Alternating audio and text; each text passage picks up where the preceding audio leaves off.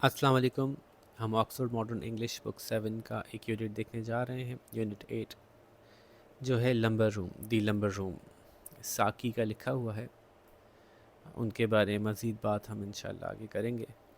कुछ उनकी राइटिंग के बारे में थोड़ा सा मैं इंट्रोडक्शन दे दूँ कि उनकी लाइफ थोड़ी सी मुश्किल गुजरी और उसमें उन्होंने जो रिच को अपने रिचेस को एंजॉय करते हुए और आम आदमी को उसकी तकलीफ़ उठाते हुए देखा। तो उनका बहुत सारा जो मटेरियल है वो इस तरह का है जिसमें उन्होंने अमीर लोगों की का मजाक उड़ाया है या उनकी जो ऐसी आदतें हैं जिनसे कि लोगों का कोई फ़ायदा नहीं होता, उनको पॉइंट आउट किया है। एक ऐसा शख्स या ऐसा बच्चा किरदार में होता है जो कि रेजिस्ट करता है, गुस्से में होता है, तो वो गुस्से वाला एक किरदार और उसके अंदर एक कॉमेडी क्रिएट करते हैं, तो थोड़ी सी डार्क कॉमेडी होती है। और उनके यहाँ जिस तरह का कल्चर उन्होंने देखा, जो हालात जिन हालात से गुज़रे, उन हालात में रेलिवेंट है। हमसे कुछ हमारे कल्चर से एग्जैक्टली रेलिवेंट नहीं है, लेकिन ये कि जब किसी कल्चर को आप स्टडी करते हैं तो उनका टेक्स्ट पढ़ के आप अंदाज़ा लगाते हैं कि वहाँ पे क्या हालात चल रहे होंगे। 1870 में पैदा हुए थे, 1900 एंड समथिंग यानी 1819 में इनका इंतकाल हो गया था। और जिस दौर में ये ज़िंदा थे उसको एडवर्डियन दौर कहते हैं, किंग एडवर्ड से रिलेट करते हुए। ठीक है, तो साकी का पेन नेम यूज़ करते थे, वैसे इनका नाम हेक्टर ह्यू मॉनरो था। तो बात हो ही गई सारी इनके बारे में। शुरू करते हैं। एक बच्चा है, एक आंटी हैं, एक उनके कुछ दोस्त भी हैं, कुछ कज़न्स, बहन भाई। तो आगे समझ में आएगा जब डिस्कशन शुरू करेंगे। तो लंबर रूम जो है वो किसे कहते हैं? लंबर कहते हैं फजूल सामान को, इजाफ़ी सामान, एक्स्ट्रा फर्नीचर, एक्स्ट्रा चीज़ें जिस कमरे में रखी जाती हैं। आमतौर पे घरों के अंदर जो वेस्टर्न घर होते हैं उनकी छतें जो हैं वो इस तरह की होती हैं। वो इस तरह की इसलिए होती हैं कि बर्फ़ पड़ती है और बर्फ़ को दोनों तरफ से नीचे ढलकती रहे, गिरती रहे, इसलिए घरों की छतें जो हैं वो इस तरह की बनाई जाती हैं, ट्रायंगुलर। तो ऑफ़ कोर्स जब कमरे बनाते होंगे, घरों की मंजिलें बनाते होंगे, तो उसमें एक मंजिल ये बन गई आपकी, इसमें जो है वो उन्होंने रिहाइश इख्तियार कर ली। एक मंजिल ये बन गई आपकी, इसमें रिहाइश इख्तियार कर ली। लेकिन ये भी एरिया होता है जो through out the house available होता है। इसमें रहना ज़ाहिर मुश्किल है कि छत अजीब टेढ़ी सी छत है, तो यहाँ पे स्टोरेज का सामान रख लिया जाता है। इसको एटिक भी कहते हैं। तो एटिक को ही आमतौर पे लंबर रूम बना दिया जाता है। The children were to be driven as a special treat to the sands at जैकबोरो। बच्चों को ड्राइव करके लेके जाया जाना था एक ट्रीट के तौर पे, एक इनाम के तौर पे, जैकबोरो की रेत की तरफ। कोई रेतीला इलाका होगा, साहिली इलाका होगा। Nicholas was not to be of the party, और निकोलस को पार्टी का में शामिल नहीं होना था, नहीं किया गया था। वो इस पार्टी में उसको नहीं जाना था, नॉट टू बी ऑफ, उसका हिस्सा नहीं था। He was in disgrace. अब ये बड़ी इसके मतलब समझने में आपको थोड़ा सा बैकग्राउंड समझना पड़ेगा। डिसग्रेस का मतलब होता है जो कोई ऐसा काम करे जो जिसकी वजह से उसकी इज़्ज़त कम हो जाए। तो उसने कुछ ऐसा काम किया था जिसकी वजह से उसको सज़ा दी जा रही थी। तो ही वॉज इन डिसग्रेस, उसको वो दूसरों की नज़र में गिर गया था।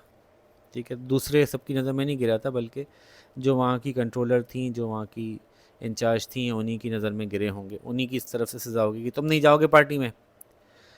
Only that morning he had refused to eat his bread and milk on the seemingly frivolous ground that there was a frog in it. ठीक है, उसी सुबह को उसने जो है वो मना कर दिया था कि मैं जो हूँ वो अपना ब्रेड और मिल्क नहीं खाऊंगा। On seemingly frivolous ground, frivolous का मतलब बेवकूफ़ी की बात करते हुए, बेवकूफ़ी की बेसिस पर। फ्रिवलस ग्राउंड उसकी इस बात की बुनियाद जो थी वो बेवकूफ़ी की थी, क्या थी कि there was a frog in it, कि उसमें एक मेंढक है. Older and wiser and better people had told him that there could not possibly be a frog in his bread and milk. उससे बड़े, उससे समझदार और उससे बेहतर लोगों ने, अब ये तंज़ी अंदाज में कहा है, बेहतर लोग, जो बड़े होंगे वो बेहतर ही होंगे, क्या ज़रूरी है क्या? तो उससे बड़े समझदार और बेहतर लोगों ने जो है वो उसको समझाया था कि इसका इम्कान ही नहीं है कि उसके ब्रेड और मिल्क में मेंढक होता. And that he was not to talk nonsense. He continued nevertheless, और ये कि उसको फजूल बातें नहीं करनी चाहिए, लेकिन उसने अपनी बात जारी रखी इन सब बातों के बावजूद भी, समझाने के बावजूद भी. To talk what seemed to be nonsense and described with much detail the color and marking of the alleged frog. और उसने जारी रखी वो बातें जो नॉनसेंस की बातें थीं, जिसमें वो बड़ी तफसील से वो रंग और मार्किंग्स बता रहा था उस मेंढक की जो उसके ख्याल से उस पानी उस दूध में मौजूद था. एलिस्ड का मतलब होता है जो इल्ज़ाम लगाया जाए, जो उसने इल्ज़ाम लगाया था कि जी फ्रॉग मौजूद है. The dramatic part of the incident was that there really was a frog in Nicholas's basin of bread and milk. Dramatic part ये था, ड्रामाई अंदाज में हुआ ये इस इंसिडेंट का, इस वाक़े का, कि वाकई एक मेंढक था निकोलस के ब्रेड और मिल्क के बाउल में. He had put it there himself, और उसने वो खुद ही वहाँ डाला था. So he felt entitled to know something about it. तो उसको महसूस होता था कि उसका तो हक है कि उसको तो सब पता होगा इसके बारे में, जब उसने खुद ही डाला है. The sin of taking a frog from the garden and putting it into a bowl of bread and milk was discussed at great length. ये जो गुनाह उसने किया था कि मेंढक निकाला बाग में से और उसको बॉल ऑफ ब्रेड और मिल्क में डाल दिया, तो इस पर बड़ी तफसील से बात हुई. अब अगेन ये उस बच्चे की नज़र से बात हो रही है कि वो बेचारा कह रहा है कि मैंने ऐसा किया ही क्या है, मैंने अब ऐसा भी कुछ नहीं किया. तो दूसरे जो हैं वो इतनी सी छोटी सी चीज़ को भी गुनाह तस्वुर कर रहे हैं. तो आप समझ रहे होंगे कि ये एक सेल्फ पिटी की कैफियत है कि सारी शरारतें भी खुद करो और फिर कोई अगर डांटे तो उस पर ज़िम्मेदार भी दूसरा ही हो. इस तरह की कुछ सिचुएशन है. But the fact that stood out clearest in the whole affair as it presented itself to the mind of Nicholas was that the older, wiser and better people had been proved to be profoundly wrong. लेकिन सबसे ज़्यादा वाज़े जो चीज़ इस पूरे मामले में निकल के सामने आई थी, स्टूड आउट निकल के सामने आई थी, वो ये थी कि ये बात खुद ब खुद वाज़े हो गई थी निकोलस के जहन में कि जो बड़े समझदार और बेहतर लोग हैं वो बिल्कुल ही गलत थे. उसने ऐसे ही कहा होगा ना, अरे अरे मेरे उसमें तो मेंढक है, तो सबने ऐसे ही कहा होगा क्या फजूल बातें करते हो, मेंढक कहाँ हो सकता है. और फिर मेंढक निकल आया होगा, तो मेंढक निकल आया होगा, उसने कहा देखा आप लोगों को तो इतना भी अकल नहीं है, मैं तो कह रहा था मेंढक, कि आप लोग समझते नहीं, मेरी बात मानते नहीं. हालांकि मेंढक उसने खुद डाला था.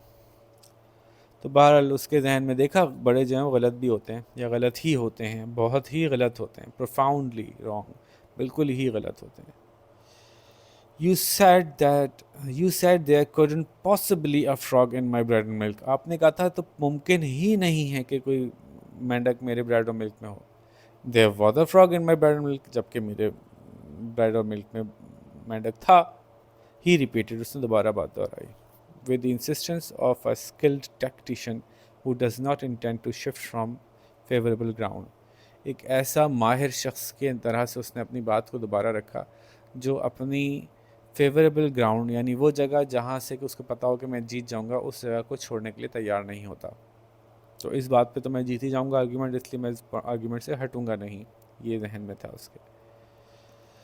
So his boy cousin and girl cousin and his quite uninteresting younger brother were to be taken to Jagborough Sands that afternoon and he was to stay at home.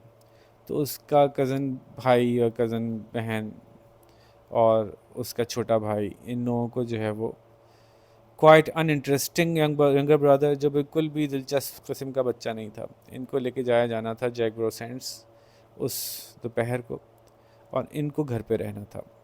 His cousin's aunt, who insisted in styling herself his aunt also, had hastily invented the Jack Burrow expedition in order to impress on Nicholas the delights that he had justly forfeited by his disgraceful conduct at the breakfast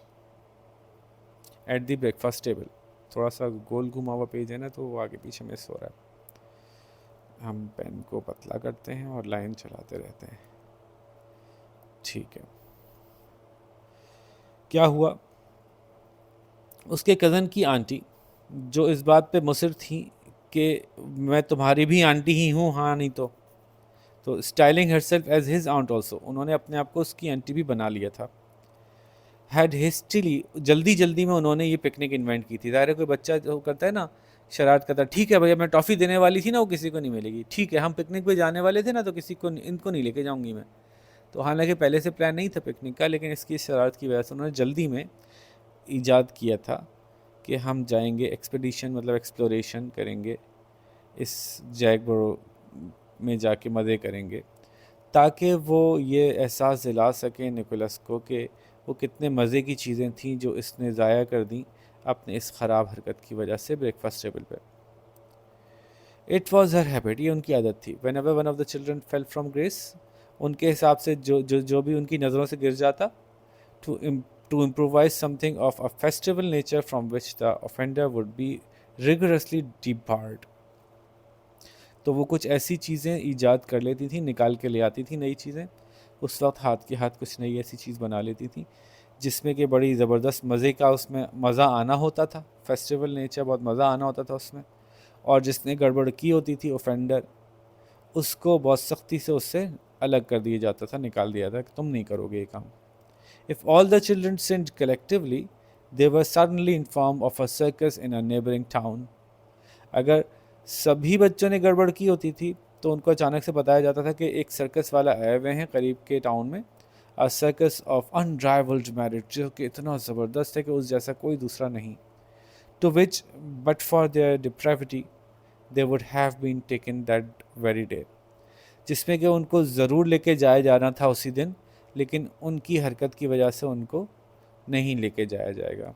for their depravity, उनको सज़ा देने की वजह से, उनकी गलत हरकत की सज़ा की वजह से उनको नहीं लेके जाया जाना था, हालांकि ले जाते अगर वो ये गड़बड़ ना करते तो। A few decent tears were looked for on the part of Nicholas when the moment of the departure of expedition arrived. जिस वक्त इन लोगों को निकलना था उस वक्त निकोलस की तरफ से कुछ मुनासिब से आंसू बहाना जो है वो ज़रूरी था, उसकी ज़रूरत महसूस हो रही थी कि वो देखे जाएंगे कि हाँ भाई शर्मिंदा है, आंसू बहा रहा है। As a matter of fact however, all the crying was done by his girl cousin, who scraped her knee rather painfully against the step of the carriage as she was scrambling in.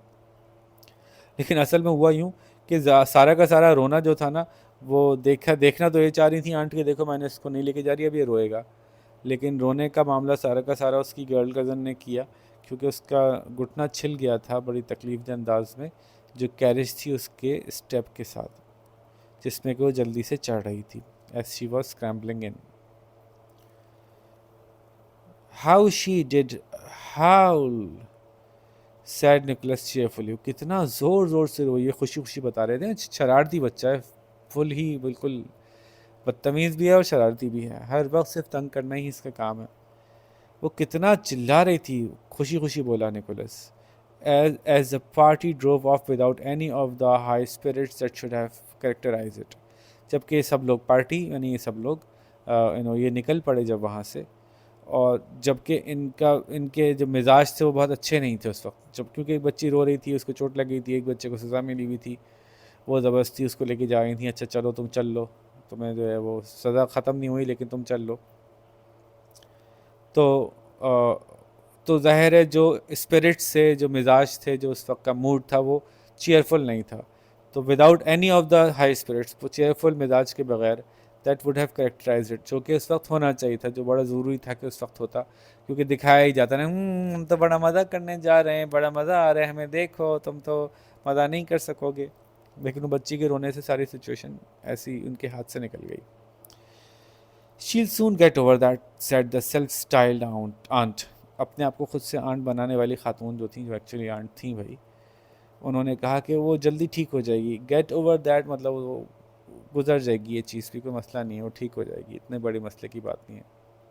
It will be a glorious afternoon for racing about over those beautiful sands. How they will enjoy themselves. बड़ी ज़बरदस्त शानदार दोपहर होने वाली है जहाँ पे हम भागेंगे दौड़ेंगे, उन ज़बरदस्त मिट्टी पे बड़ा खूब मज़ा करेंगे. कितना एंजॉय करेंगे ये लोग अपने सब लोग. अब वो आंटी इसको चिढ़ाने के लिए कह रही हैं, उसको लेके नहीं जा रही अभी, और चिढ़ा रही हैं उसको कि वो कितना मज़ा करने वाले हैं हम सब. Bobby won't enjoy himself much, and he won't race much either, said Nicholas with a grim chuckle. Bobby तो नहीं enjoy करेगा कुछ खास, ना वो भागेगा. His boots are hurting him, they are too tight. क्योंकि उसके जूते तो उसको तकलीफ दे रहे हैं, उसके जूतों से तकलीफ हो रही है, बहुत टाइट हैं उसके जूते. Why didn't he tell me that they were hurting? Why didn't he tell me they were hurting? asked aunt. उसने मुझे क्यों नहीं बताया कि जूतों में दर्द हो रहा है, जूतों की वजह से दर्द हो रहा है. He told you twice, but you weren't listening. You often don't listen when we tell you important things. आपने सुना ही नहीं, उसने 2 दफ़ा बताया था जब आपने सुना ही नहीं, और अब अक्सर सुनती नहीं है जब आपसे कोई इंपॉर्टेंट बात की जाती है ना, बदतमीज़ सा बच्चा. You are not to go into Gooseberry Garden, said the aunt, changing the subject. तुम गूसबेरी गार्डन में नहीं जाओगे, आंट ने कहा बात बदलते हुए. Why not? क्यों नहीं भाई? डिमांडेड निकोलस ने जवाब तलब किया. क्यों भाई? Because you are in disgrace, क्योंकि तुम मेरी नज़रों से गिर गए हो, तुमने फजूल हरकत की है. Said the aunt loftily. Aunt ने जो है वो बड़ा मगरूर से अंदाज में बताया. अब लॉफ्टीली मतलब अपने अपने आप को जो थोड़ा सा दूसरों से बेहतर समझता हो ना, वो जिस अंदाज से बात करता है. Nicholas felt perfectly capable of being in disgrace. Nicholas को कोई मसला नहीं था, वो बिल्कुल अपने आप को बेहतरीन महसूस कर रहा था. हाँ हाँ, मैं तो डिस्ग्रेस में ही रहता हूँ, मुझे मसला ही नहीं है कोई. And in a gooseberry garden at the same moment, और उसके बावजूद भी मैं गूसबेरी गार्डन में जा सकता हूँ, मुझे तो कोई मसला नहीं है कि अगर कोई डिस्ग्रेस में हो तो वो गूसबेरी गार्डन में क्यों ना जाए भाई, मैं तो जा सकता हूँ, मैं तो डिस्ग्रेस में होकर भी जा सकता हूँ. अड़ियल सा बच्चा है. His face took on an expression of considerable obstinacy. उसकी जो शक्ल थी ना, वो इंतहाई अड़ियल मिजाज के जैसे लोग होते हैं ना, उनकी शक्ल हो जाती है, अड़ियल, बात ना सुनने वाले. तो इस तरह की शक्ल उसने बनाई. मैं तो नहीं मान रहा बात. It was clear to his aunt that he was determined to get into the gooseberry garden. उनकी आंट को क्लियर था कि अब ये पूरी कोशिश करेगा गूसबेरी गार्डन में घुसने की. Only as she remark to herself because I have told him he is not to. और वो सिर्फ इसलिए घुसने की कोशिश करेगा क्योंकि मैंने उसको घुसने से मना किया है. हर वो काम जो उसको मैं मना करूँगी वो ये ज़रूर करेगा. Now the gooseberry garden had 2 doors by which it might be entered. gooseberry garden में 2 दरवाजे थे जहाँ से उसमें दाखिल हुआ जा सकता था. And once a small person like Nicholas could in there, he could disappear from view and amid the masking growths of artichokes, raspberry canes and fruit bushes. अब कोई गूसबेरी गार्डन जो था उसमें 2 दरवाजे थे जिसमें से उसमें दाखिल हुआ जा सकता था. और एक दफ़ा अगर कोई छोटा सा इंसान, छोटा बच्चा जैसे को निकोलस था, वो उसमें दाखिल हो जाता तो वो व्यू से गायब हो सकता था, यानी वो छुप सकता था, वो नज़र नहीं आता, क्योंकि छुपा देने वाली हद तक जो है वो बहुत बहुत घना किस्म का वहाँ पे उगी हुई थी मुख्तलिफ़ तरह की झाड़ियाँ, जिनमें जो है वो रेस्पबेरीज की थी और दूसरी फ्रूट्स की बुशेस थी और आर्टिचोक जो है वो भी एक वेजिटेबल होती है जिसकी के झाड़ियाँ होती हैं, कह लें छोटे पौधे होते हैं. ठीक है. The aunt had many other things to do that afternoon, but she spent an hour or two in trivial gardening operations among flower beds and shrubberies, whence she could keep a watchful eye on the 2 doors that led to the forbidden paradise. She was a woman of few ideas with immense powers of concentration. Aunt के पास जो है वो काफ़ी काम थे उस शाम को करने के लिए, लेकिन उन्होंने घंटा 2 घंटा जो है वो एक फजूल की गार्डनिंग के काम करने में गुजारे, जो फ्लावर बेड्स मतलब वो जो क्यारियाँ थी फूलों की उनके अंदर, और श्रबरीज जो छोटे छोटे पौधे थे उनके साथ, ताकि वो नज़र रख सकें उन दो दरवाज़ों पे जो कि उस फॉरबिडन पैराडाइज, वो जो जन्नत जिस पे से निकाल दिया गया था, वो उस पे नज़र रख सकें। वो कुछ ज़्यादा ब्राइट खातून नहीं थी। वुमेन ऑफ फ्यू आइडियाज़ का मतलब उनके पास बहुत ज़्यादा आइडियाज़ नहीं आते थे, वो ज़्यादा ब्राइट खातून नहीं थी, और बहुत ज़्यादा उनके पास कंसंट्रेशन की पावर थी, बहुत ज़्यादा ध्यान लगा सकती थी, ये भी तंज में कहा जा रहा है। Nicholas made one or two trips into the front garden, wriggling his way towards one or the other of the doors. Nicholas ने कुछ चक्कर लगाए गार्डन के सामने और अंदर घुसने की कोशिश की, कभी एक दरवाजे से कभी दूसरे दरवाजे से, but never able for a moment to evade the aunt's watchful eye, लेकिन एक लम्हे के लिए भी अपनी आंट की आंखों से ओझल नहीं हो सका वो। As a matter of fact he had no intention of trying to get into the gooseberry garden, और बात ये थी कि उसका गूसबेरी गार्डन जाने का कोई इरादा था ही नहीं। But it was extremely convenient for him that his aunt should believe that he had, और उसके लिए बड़ा आसान हो जाता अगर उसकी आंट को ये यकीन हो जाता कि ये गूसबेरी गार्डन में घुस गया है। It was a believe that would keep her on self impose sentry duty for the greater part of the afternoon. अगर वो ये मान लेती हैं कि गूसबेरी गार्डन में घुस गया है, तो वो सारी दोपहर वो वहीं पे चौकीदार की ड्यूटी सर अंजाम देती रहती, हालांकि वो अंदर होता ही नहीं। सेल्फ इम्पोज, अपने ऊपर खुद ही तारी कर लेना कोई चीज़। Having thoroughly confirmed and fortified her suspicions, अच्छी तरह से यकीन में बदलने के बाद और उसको पूरा मजबूत कर लेना, फोर्टिफाई करना मतलब कि चीज़ को मजबूत कर लेना, उनके शक को मजबूत कर लेने के बाद Nicholas slip back into the house, Nicholas वापस घर में घुस आया, and rapidly put into execution a plan of action that had long germinated in his brain। और फिर जल्दी से निकोलस जल्दी से वापस घर में आ गया और जल्दी से उसने अपने एक प्लान पे अमल करना शुरू कर दिया जो बहुत अरसे से उसके दिमाग में पल रहा था। जर्मिनेशन, किसी बीज में से पौधे का निकलना, पैदा होना। By standing on a chair in the library, one could reach a shelf on which lay a flat, important looking key। अगर कोई कुर्सी पे खड़े होकर लाइब्रेरी में कोई हाथ आगे बढ़ाए तो एक शेल्फ तक पहुंच सकता था जहां पे एक चपटी सी बड़ी अहम दिखने वाली चाबी थी। The key was as important as it looked. चाबी उतनी ही अहम थी जितनी वो अहम दिखती थी। It was the instrument which kept the mysteries of the lumbar room secure. ये वो आला था जिसकी मदद से लंबर रूम में जो कुछ मिस्टीरियस चीज़ें थीं उनका सीक्रेट जो है वो सीक्रेट ही रखा जाता था।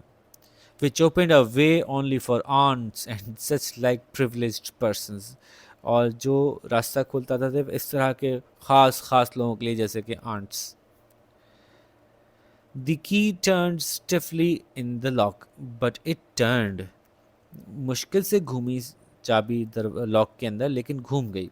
द डोर ओपनड, दरवाज़ा खुल गया, and Nicholas was in an unknown land, और निकोलस बिल्कुल एक अजनबी जगह पे था जहाँ वो पहले कभी नहीं गया था। Compare with which the gooseberry garden was a stale delight, और उसके सामने गूसबेरी गार्डन के मज़े तो बिल्कुल ही फजूल, जैसे कि कोई सड़ी हुई चीज़ आपके सामने रख दी जाए।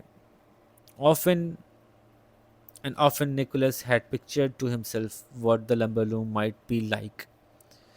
अक्सर निकोलस ने सोचता रहता था कि कभी मैं लंबर रूम खोलूँगा और देखूँगा तो अंदर से कैसा होगा वो। That region was so carefully sealed from youthful eyes and concerning which no questions were ever answered। इस कमरे को इतना एहतियात से बंद किया जाता था बच्चों की नज़रों से बचा के, और उससे मुताल्लिक किसी सवाल का जवाब नहीं दिया जाता था। No questions were ever answered, किसी सवाल का जवाब कभी नहीं दिया जाता था। It came up to his expectations, और ये उसकी उम्मीदों पर पूरा उतरा। Being up to someone's expectations, किसी की उम्मीदों पर पूरा उतरना। In the first place it was large and dimly lit. सबसे पहले तो मज़ेदार बात यह थी कि बड़ा भी था और कुछ अंधेरा सा भी था। डिमली लिट, कम रोशनी थी। One high window opening to the forbidden garden being its only source of illumination। एक ऊंची सी खिड़की थी ऊपर की तरफ, वही वाहिद ज़रिया था रोशनी का जो उस बाग में खुलती थी जो गूसबेरी गार्डन था।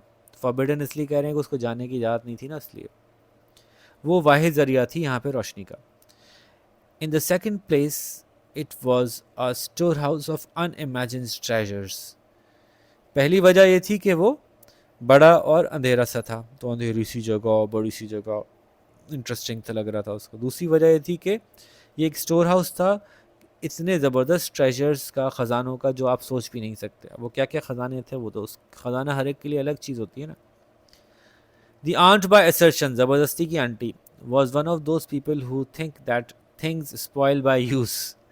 ज़बरदस्ती की आंटी उस तरह के लोगों में थी जो समझते हैं कि इस्तेमाल करने से चीज़ें ख़राब होती हैं. And consign them to dust and damp by way of preserving them, और उनको हिफाजत करने के लिए उनको डस्ट और सीलन के हवाले कर देते हैं कि इस तरह ये महफूज रहेंगी. फिर उनका मजाक उड़ाया जा रहा है. The house was rather bare and chairless. घर तो तकरीबन ऐसी खाली खाली सा ही था, उसमें कोई ऐसी खुश कर देने वाली चीज़ें नहीं थी, इंटरेस्टिंग चीज़ें नहीं थी. But there were wonderful things for the eye to feast on. But here, लेकिन यहाँ तो बड़ी ज़बरदस्त हैरत अंगेज़ चीज़ें थीं जिस पे कि आँखों की दावत हो गई. जिस पे आँखें पड़े तो मज़ा आ गया भाई. First and foremost, there was a piece of framed tapestry. Tapestry, सबसे पहले तो वहाँ पे एक फ्रेम टेपेस्ट्री थी. That was evidently meant to be a fire screen. ये क्या होती है? बड़ा सा रग होता है जिस पे कोई डिज़ाइन बना होता है. रग होता है ना, जो कालीन होता है, बुना हुआ होता है. अब बुना हुआ तो था, लेकिन उस पर कोई डिज़ाइन बना हुआ होता है, कोई सीनरी, कोई कुछ ना कुछ ऐसा बना होता है, उसको टेपेस्ट्री कहते हैं. अच्छा, फायर स्क्रीन का मतलब क्या हुआ कि कहीं आतिशदान है तो उसके सामने लगा के उसका धुआं कम करने के लिए, रोशनी कम करने के लिए. कहीं ऐसी जगह जहाँ पे कि आपने कहीं बाहर कोई ऐसी दावत कर रहे हैं, आपने इस तरह का बॉनफायर की हुई है, उसके सामने उसको लगा दिया गया, तो फायर स्क्रीन के तौर पे यूज़ किया जा सकता था उसको. Than to Nicholas it was a living breathing story. और निकोलस के लिए तो एक जिंदा जावेद जीती जागती कहानी थी. ही sat down on a roll of Indian hangings, glowing in wonderful colors beneath a layer of dust, and took in all the details of the tapestry picture. वो बैठ गया है. कोई इंडियन हैंगिंग्स थी. इंडियन हैंगिंग्स का मतलब कुछ ऐसी चीज़ें जो शो पीस के तौर पे लटकाई जाती हैं, तो वो कुछ पिक्चर्स भी हो सकती हैं, वो कुछ और शो पीस भी हो सकते हैं लटकने वाले, जो कि जिसके के बड़े ज़बरदस्त रंग थे, जो डस्ट की लेयर के नीचे से दिख रहे थे. वो उन पे जाके बैठ गया और फिर उसने टेपेस्ट्री की जो डिटेल्स थी उनको बहुत और से देखना शुरू कर दिया. A man dressed in the hunting costume of some remote period. किसी पुराने ज़माने का, कोई किसी अनजाने से ज़माने का शिकार का लिबास पहना हुआ एक आदमी था. Had just shot a Stag with an arrow. जिसने के तीर की मदद से एक बड़े हिरन का शिकार किया था. It could not have been a difficult shot. ये ज़्यादा मुश्किल शिकार निशाना तो नहीं होगा, because the stag was only 1 or 2 paces away from him. क्योंकि स्टैग जो है उससे कुछ ही कदम दूर था. In the thickly growing vegetation, और जो बहुत काफ़ी घनी झाड़ियाँ उगी हुई थी, that the picture suggested it would not have been difficult to creep up on to a feeding stag. तस्वीर में नज़र जो आ रही थी कि बहुत ज़्यादा घनी झाड़ियाँ उगी हुई हैं, तो उस इन झाड़ियों की मौजूदगी में एक चारे पे में मशगूल या चरने में मशगूल हिरन के करीब पहुंचना जो है मुश्किल नहीं रहा होगा. क्रीपिंग अप टू समथिंग, छुप छुप के किसी चीज़ की तरफ जाना. And the 2 spotted dogs that were springing forward to join the chase had evidently been trained to heel till the arrow was discharged. और यकीनन जो 2 कुत्ते स्पॉटेड जो हैं, धब्बेदार कुत्ते हैं, वो उनको इस बात की ट्रेनिंग की गई होगी कि वो कीप टू हील, कि वो चुप रहें, खामोशी से बैठे रहें उस वक्त तक जब तक कि तीर ना मार दिया जाए. और जैसे ही तीर मारा जाए तो फिर वो स्प्रिंगिंग फॉरवर्ड, तो फिर छलांग मार के आगे बढ़ रहे हों कि वो चेज़ को ज्वाइन करें, उसके पीछे भागें. तो ये वाज़ेह था कि उनको ट्रेनिंग दी गई होगी कि वो चुप करके बैठे रहें, तभी तो उसने तीर मारा होगा खामोशी से. That part of the picture was simple. वो पार्ट पिक्चर का ये हिस्सा तो सादा सा था. इफ़ इंटरेस्टिंग, हाँ इसमें इंटरेस्टिंग तो था लेकिन सादा सा. But did the huntsman see what Nicholas saw, क्या हंट्समैन ने वो देखा, जो उस तस्वीर में हंट्समैन था, जो निकोलस ने देखा। That 4 galloping wolves were coming in the direction through the wood, in his direction through the wood, कि 4 कलांचे भरते हुए भागते हुए भेड़िए आ रहे थे उसकी तरफ, जंगल में से उस हंट्समैन की तरफ। There might be more than 4 of them hidden behind the trees, और वो 4 से ज़्यादा भी हो सकते थे दरख्तों के पीछे छुपे हुए। In any case, would the man and his dogs be able to cope with the 4 wolves if they made an attack? और बाहर जो 4 थे या 4 से ज़्यादा थे, क्या वो आदमी और उसके कुत्ते उन 4 भेड़ियों से बच पाते, मुकाबला कर पाते अगर वो 4 भेड़िए अटैक कर देते? The man had only 2 arrows left in his, आदमी के पास तो सिर्फ 2 ही तीर बचे थे, तस्वीर में दिख रहा था उसके क्विवर में, क्विवर जिसमें के तीर रखते हैं।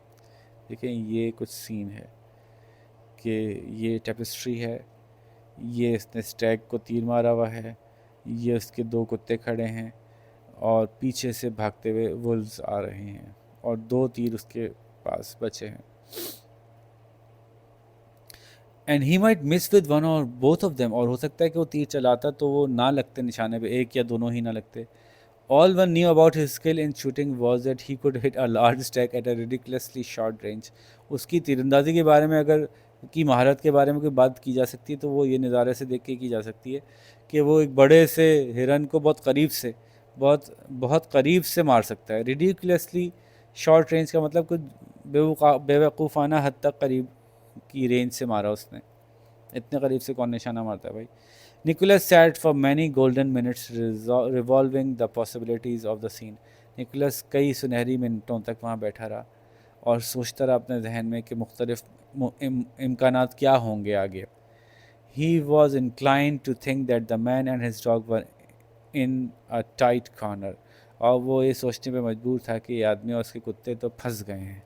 Being in a tight corner मतलब फंस गए। But there were other objects of delight and interest claiming his instant attention. लेकिन वहाँ और भी चीज़ें थीं जो बड़ी खुश कर देने वाली, बड़ी दिलचस्प थीं, जिन्होंने कि उसकी तवज्जो अपनी तरफ मरकूज़ करवा ली। There were quaint twisted candlesticks in the shape of snakes and a teapot fashioned like a china duck. वहाँ कुछ अनयूजुअल सी मुड़ी हुई, अनयूजुअल अंदाज में मुड़ी हुई मोमबत्तियाँ थीं जो कि सांप की शक्ल में घूमी हुई थी, और एक कैटल थी, टीपॉट थी जो कि देखने में चाइना डक की शक्ल की लग रही थी। How dull and shapeless the nursery teapot seemed in comparison. वहाँ नर्सरी में जो टीपॉट रखी हुई थी इसके मुकाबले में कितनी बेकार सी लग रही है। ये कितनी इंटरेस्टिंग टीपॉट है, बत्तख की शक्ल की। And there was a carved sandalwood box packed tight with aromatic cotton wool. And between the layers of cotton wool there were little brass figures, hump-necked bulls and peacocks and goblins, delightful to see and to handle. और एक carved sandalwood box था। Sandalwood वैसी महंगी होती है, संदल की लकड़ी का बॉक्स था जिस पे कार्विंग हुई हुई थी, जिस पे कि कुछ लकड़ी का काम हुआ हुआ था। उसके अंदर जो है वो खुशबूदार कॉटन वूल थी जिसको पैकिंग के लिए इस्तेमाल करते हैं ताकि कि चीज़ें जो अंदर रखी जाएँ वो किसी चीज़ से टकरा के ख़राब ना हो। And between the layers of cotton wool, उस कॉटन वूल के लेयर के बीच में, कॉटन वूल मतलब कॉटन का के धागे धागे धागे धागे, ताकि वैसे मैंने बताया ना कोई चीज़ उससे उसमें रखें तो वो आपस में टकरा के ख़राब ना हो, तो उसकी लेयर्स के बीच में कुछ ब्रास की चीज़ें थीं, छोटे छोटी सी फिगर्स थी, एक्शन फिगर्स जैसे होती है ना छोटी सी, यही तरह से छोटे छोटे से मुजस्मे थे। हम्प नेक्ड बुल्स और मोर और गॉबलिन भी एक तरह की इमेजिनरी मखलूक होती है, छोटे छोटे से कद के होते हैं, ईवल होते हैं। Delightful to see and handle, जिसको देख के बड़ा खुश हुआ हाथ लगा कर देख कर। Less promising in appearance was a large square book with plain black covers. कम उसको उम्मीद थी देखने में, एक बड़ी सी चौकोर सी किताब थी जिसके कवर्स भी प्लेन काले थे। Nicholas peeped into it, Nicholas ने उसमें झांका, एंड बी होल्ड, और लो भाई तैयार हो जाओ, it was full of coloured pictures of birds, वो भरी हुई थी परिंदों की रंगीन तस्वीरों से, एंड सच बर्ड्स, और ऐसी तस्वीरें, ऐसे परिंदे. In the garden and the lanes, when he went for a walk, Nicholas came across a few birds, of which the largest were an occasional magpie or wood pigeon. Nicholas जब जाता था garden में या गलियों में, तो जब walk के लिए निकलता था तो कुछ परिंदों से उसका सामना होता था, जिन्हें बड़े से बड़ा जो होता था वो मैगपाई या वुड पिजन होता था. जबकि यहाँ पे जो जो परिंदे दिख रहे थे वो कौन कौन से थे? Here were herons and bustards, kites, toucans and ibises, golden pheasants, a whole portrait gallery of undreamed of creatures. तो बड़ी मज़ेदार से ज़बरदस्त ज़बरदस्त से परिंदे थे. ज़ाहिर हर एक का नाम मैं अपने उर्दू में बताने के बजाय इनको इंग्लिश में ही हम आगे चलाते हैं. तो ये परिंदे जो हैं वो उसको दिख रहे हैं. चलें बल्कि आपको कुछ इनकी तस्वीरें दिखाई देते हैं कि कौन कौन से परिंदों के नाम हो रहे हैं. तो हैरन तो बगला होता है, वो तो आप जानते हैं. उसके अलावा आइबिस इस शक्ल का होता है, और बस्टार्ड्स ये हमारे थर डेजर्ट में भी होते हैं, बड़े एक्सटिंक्ट होने वाले हैं हमारे इलाकों में से यहाँ से. और टूकन का तो चोंच बड़ी मशहूर है, टूकन्स, ठीक है. और कोई परिंदा जो इसमें रह गया हो? काइट तो चील है. तो पूरी भरी हुई थी ये मुख्तलिफ परिंदों की तस्वीरों से. अनड्रीम्ड ऑफ क्रीचर्स के ख्वाबों में भी ना सोचा हो ऐसे परिंदे. And he was admiring the colouring of the mandarin duck and assigning a life history to it. The voice of his aunt shouting his name came from the gooseberry garden outside. और जबकि वो बड़ा गौर से देख रहा था, बहुत ही तहसीन पुरतहसीन अंदाज में वो मैंडेरिन डक के कलर्स देख रहा था और उसकी ज़िंदगी की कहानी सोच रहा था, तो उसको अपनी आंट की आवाज़ सुनाई दी जो कि उसका नाम पुकार रही थी गूसबेरी गार्डन के बाहर से. She had grown suspicious at his long disappearance, और उनको शक हो गया था इतनी देर से जब गायब था इसके ऊपर. She had and had left to the conclusion that he had climbed over the wall, और इस नतीजे पे वो पहुंच गई थी फटाफट उछल के कि वो दीवार फलांकर पहुंच चुका है. She was now engaged in energetic and rather hopeless search for him among the artichokes and raspberry canes. और अब वो एक बड़ी एनर्जेटिक, बड़ी लेकिन होपलेस के नतीजा कोई निकलने वाला नहीं है, तलाश में इंगेज हो गई थी, मशगूल हो गई थी इन झाड़ियों के बीच में से उसको तलाश करने के लिए. Nicholas, Nicholas, she screamed, you are to come out of this at once. तुम्हें फ़ौरन बाहर आना है, फ़ौरन बाहर निकलो यहाँ से. It's no use trying to hide there, I can see you all the time. छुपने का कोई फ़ायदा नहीं है, तुम मुझे नज़र आ रहे हो मैं तुम्हें देख पा रही हूँ. It was probably the first time for 20 years that anyone had smiled in that lumber room. शायद 20 सालों में पहली दफ़ा ऐसा हुआ होगा कि इस लंबर रूम में कोई मुस्कुराया होगा. मतलब निकोलस मुस्कुरा रहा था कि वो कह रही है मैं तुम्हें देख सकती हूँ. वो कहाँ देख सकती हूँ, वो तो यहाँ छुपा हुआ है. Presently the angry repetition of Nicholas's name gave way to a shriek and a cry for somebody to come quickly. और उस वक्त ये हुआ कि जो इसके नाम को चीख चीख के गुस्से से पुकारा जा रहा था, उसके साथ ही एक चीख की आवाज़ आई और फिर चिल्लाया गया कि कोई जल्दी आए. Nicholas shut the book, restored it carefully to its place in a corner,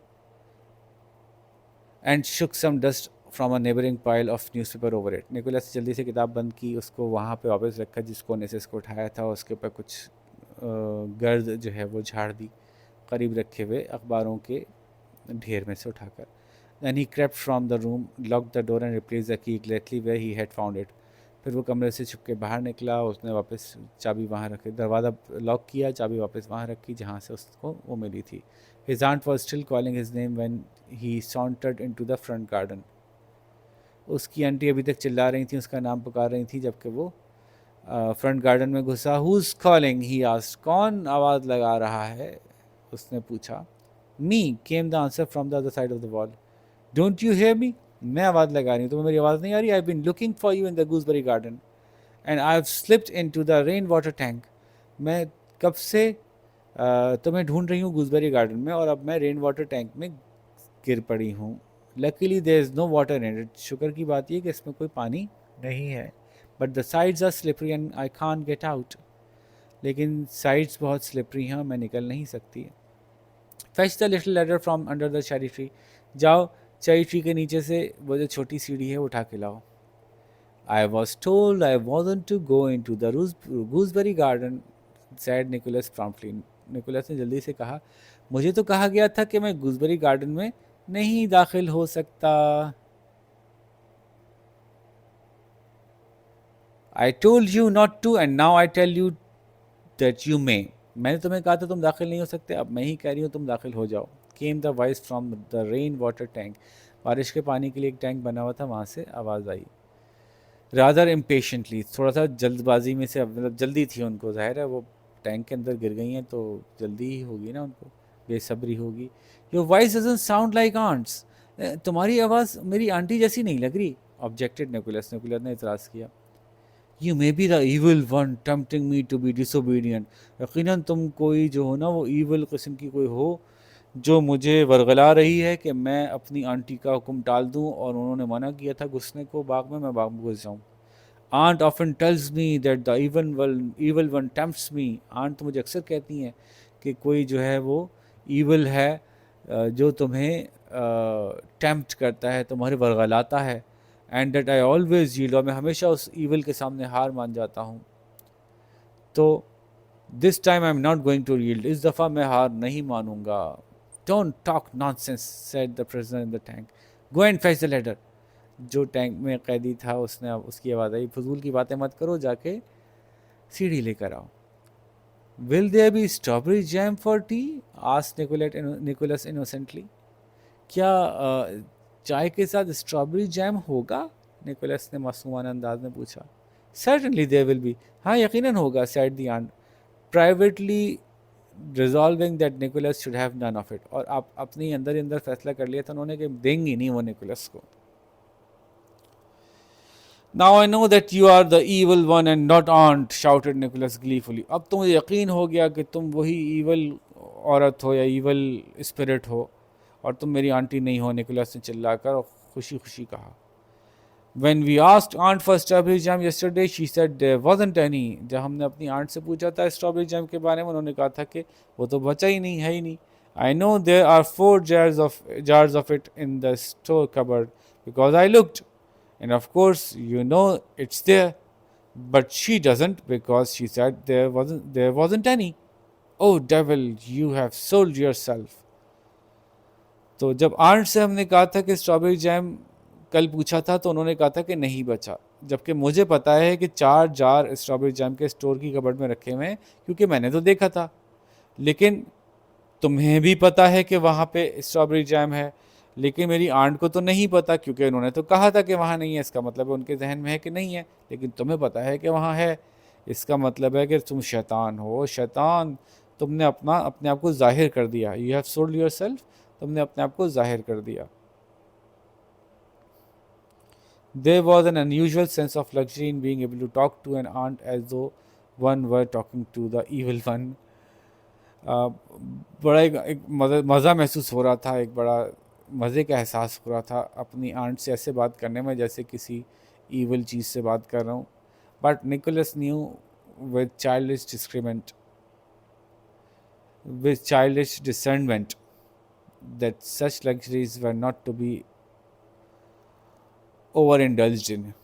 Nicholas को पता था, उसको उसके बचपने के बावजूद उसको ये बात पता, यानी बच्चा होने के बावजूद वो ये फैसला कर पा रहा था कि इस तरह के मज़े में ज़्यादा देर इन्वॉल्व नहीं होना चाहिए।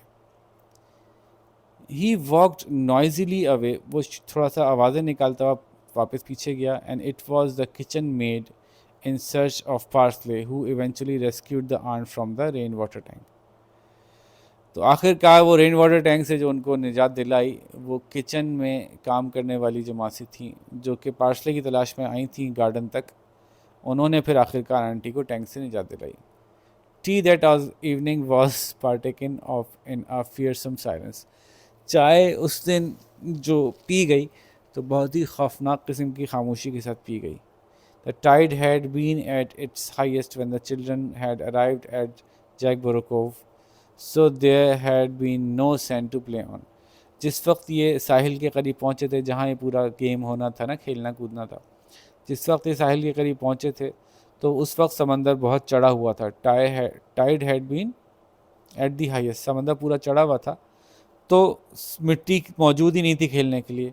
अ circumstance that the aunt had overlooked in the haste of organising her punitive expedition.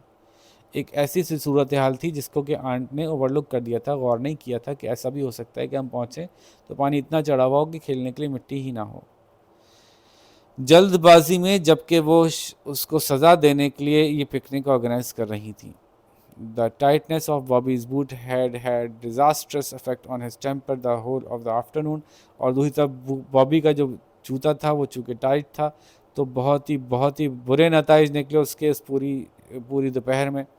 And all together the children could not have been said to have enjoyed themselves. और अगर सब चीज़ों को मिला के देखें तो बच्चों के बारे में ये नहीं कहा जा सकता कि उन्होंने इस सीन को एंजॉय किया। The aunt maintained the frozen muteness of one who has suffered undignified and unmerited detention in a rainwater tank for 35 minutes। और आंट ने जो है वो बिल्कुल उनकी जो खामोशी थी वो जमी हुई थी बिल्कुल उनके चेहरे पर, बिल्कुल अपनी खामोशी को वो चेंज करने के मूड में नहीं थी। बिल्कुल ऐसे शख्स की तरह से जिसको पता नहीं क्यों ऐसा हुआ उसके साथ, कि जो कि एक बहुत ही ज़िल्लत आमेज़ किस्म की, और जो कि उसका हक भी नहीं बनता था कि उसके साथ ऐसा किया जाए, फिर भी उसके साथ ऐसा हो जाए कि वो किसी रेन वाटर टैंक में 35 मिनट तक बंद कर दिया जाए। As for Nicholas, he too was silent. Nicholas के बारे में बात करें तो वो भी चुप था। In the absorption of one who has much to think about, it was just possible he considered that the huntsman would escape with his hounds while the wolves feasted on the stricken stag। क्योंकि वो ये सोच रहा था, इस बात में गुम था, इस सोच में गुम था कि ये मुमकिन है कि वो जो हंट्समैन था वो बच गया हो, क्योंकि वो उसके कुत्ते भाग निकले हों, और जो वुल्व्स हैं वो उस शिकार किए हुए हिरन का जो है वो को खाना शुरू कर दें और हंट्समैन के पीछे ना जाएं, यूँ हंट्समैन की जान बच जाए, ऐसा हो सकता था। तो अपने ख्वाबों ख्यालों में सोचों में उधर खो गया था।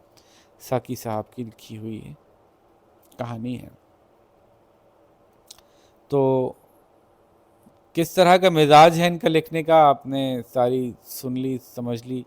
उसमें कुछ ऐसे माहौल क्रिएट किया गया है जहाँ बच्चे भी थोड़ा सा खिंचे हुए हैं बड़ों से, बड़े भी बड़े सख्त किस्म के अंदाज में, और बच्चों को डांट डपट करने वाले माहौल में हैं। तो बहरहाल ये आपको मैंने पूरा एक्सप्लेन किया, होपफुली आपको समझ में आया होगा। क्वेश्चंस को देख लेते हैं, ज़्यादातर आसान से सवाल हैं तो उनको हम बस गो थ्रू करते हैं ऐसे ही।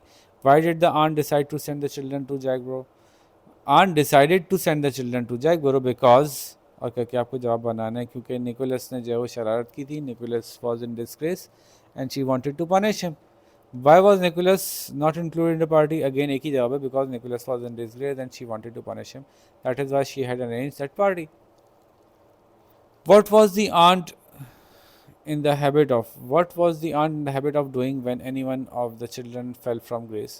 जब कोई बच्चा ऐसा हो जाता था, कोई गड़बड़ करता था, तब जवाब भी ऐसे ही बनाएंगे। When any one of the children fell from grace, aunt invented something, और करके आप कुछ आगे जवाब बनाएंगे। कोई ऐसा इवेंट, कोई ऐसी पार्टी, कोई ऐसी सिचुएशन इन्वेंट कर लेती थी कि जिसमें फिर उसको ना भेज के उसको सजा दी जाती थी। What did the aunt do when all the children had done something wrong? जब सभी कुछ गलत करते थे, तो ये पूरी बात एज इट इज़ चैप्टर में लिखी हुई है, वहाँ से आप देख सकते हैं। How did Nicholas get the better of his aunt when the children set off on the expedition? अब इस सवाल का जवाब आप किस एंगल से देंगे कि कैसे उसने अपनी आंट के मामले में जैसा जब वो उसके ऊपर सख्ती कर रही थी या उसको उन्होंने जाने से रोका था, तो कैसे उसने उनको बेटर ऑफ का मतलब उन उनकी बात के बजाय कुछ बेहतर कर पाया। जैसा वो चाह रही थी कि उसको सज़ा मिले, उसके बजाय वो सज़ा से बच पाया, यूँ कह लें। तो ऐसा कैसे हुआ, ये आप अपने हिसाब से बता सकते। मेरे हिसाब से यूँ भी हो सकती है बात कि he was supposed to be crying but he did not cry. That is how he got better off. अच्छा, फिर why what did the aunt think of herself when she saw the look of obstinacy of Nicholas's face? Okay, after she had said he must not enter the gooseberry garden.